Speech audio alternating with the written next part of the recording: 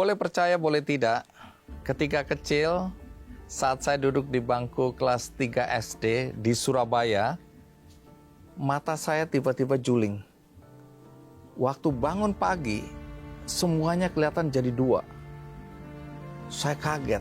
Ibu saya yang tahu juga kaget.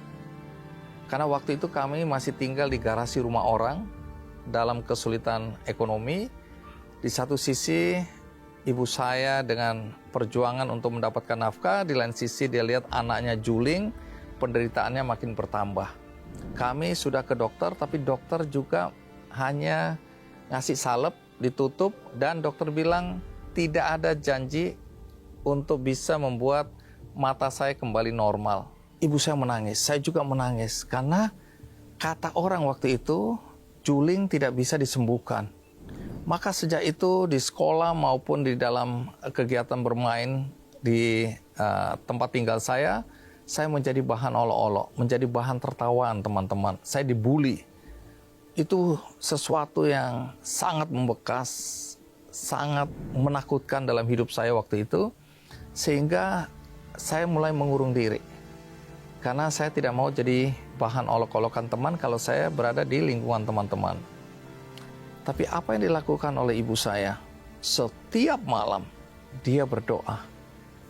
Bahkan ibu saya sering menyanyikan satu lagu gereja yang sampai sekarang saya ingat. Ku tahu Tuhan pasti buka jalan, bila ku hidup yang suci, tidak turut dunia. Ku tahu Tuhan pasti buka jalan. Jadi itu doa seorang ibu. Dan setelah beberapa bulan, satu hari saya bangun, tiba-tiba mata saya kembali normal. Boleh percaya, boleh tidak. Saya waktu itu tidak sadar bahwa ini adalah kekuatan doa seorang ibu. Sehingga mata saya yang tiba-tiba juling kembali normal. Dan kalau Anda masih belum percaya, ada cerita berikutnya berkaitan dengan kakak saya. Kakak saya juga begitu, kakak perempuan. Tiba-tiba satu hari dia jatuh, lumpuh, dan orang bilang bahwa itu adalah polio. Tapi di usia di mana dia sudah remaja, sekitar 15 tahun waktu itu, dan tiba-tiba dia nggak bisa berjalan. Bawa ke rumah sakit, bawa ke dokter, dokter juga tidak bisa menyembuhkan. Akhirnya dia harus jalan dengan memakai tongkat.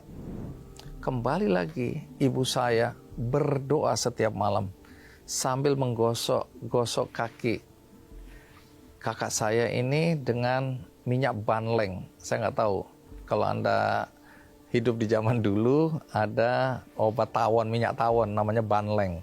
Nah, itu digosok-gosok sambil dia terus berdoa, minta kesembuhan pada Tuhan. Boleh percaya, boleh tidak, lagi kakak saya pada satu hari bangun dan dia langsung bisa jalan. Itu mujizat yang luar biasa. Satu cerita lagi untuk menambah keyakinan Anda bahwa betapa hebatnya doa. Betapa sebuah doa memiliki kekuatan yang luar biasa. Jadi satu hari kakak saya yang polio ini sudah punya anak, kena kanker, dan dia harus dioperasi. Jujur, secara ekonomi akan sulit bagi kami untuk membiayai pengobatan kakak saya yang kanker payudara. Karena waktu dokter menyodorkan angka untuk membiayai operasi itu, kami semua terhenyak, terlalu besar. Tapi saya berdoa, Tuhan, sebagai manusia saya sudah tidak tahu lagi harus mencari jalan keluar seperti apa, tapi karena aku percaya Engkau ada, tolong bukakan jalan. Itu hanya dalam waktu satu malam, tiba-tiba saya dikontak oleh teman, saya diminta jadi pembicara, dan kemudian dapat honor dengan nilai yang sama persis dengan biaya yang harus dikeluarkan untuk membiayai kakak saya. Jadi hari itu saya bilang sungguh luar biasa. Jadi bayangkan, honor yang saya terima sama persis, tidak kurang 1 sen pun, tidak lebih 1 sen pun, dengan biaya yang harus saya bayarkan untuk biaya operasi kakak saya. Ini kekuatan doa yang luar biasa. Dan masih banyak cerita seperti ini yang bisa saya ceritakan. Karena itu jangan remehkan kekuatan doa. Anda boleh lemah dalam iman, tetapi ketika Anda mendengarkan cerita-cerita seperti ini, saya harapkan selain iman Anda bertumbuh semakin kuat, tapi Anda percaya akan kekuatan doa. Setelah dewasa, setelah menikah, punya anak, ada kebiasaan kami yang tidak pernah kami tinggalkan, yaitu memulai hidup dengan berdoa, kemudian malam sebelum tidur berdoa, dalam perjalanan kami berdoa, setiap ada kesempatan, apakah itu makan malam bersama anak-anak, bersama istri, kami semua berdoa. Jadi hidup kami itu selalu dimulai dengan doa, diakhiri dengan doa, dan dalam menghadapi semua persoalan kami selalu berdoa. Kami yakin akan kekuatan doa. Dan cerita-cerita seperti ini pasti Anda sudah banyak dengar.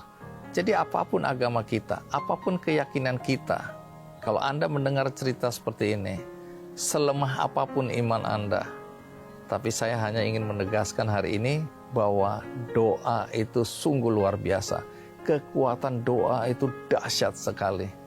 Karena itu saya berharap siapapun Anda, apapun agama Anda, apapun kepercayaan Anda, ayo kita memulai sesuatu dengan doa. Karena doa itu akan membuat hidup kita lebih baik dari hari ke hari.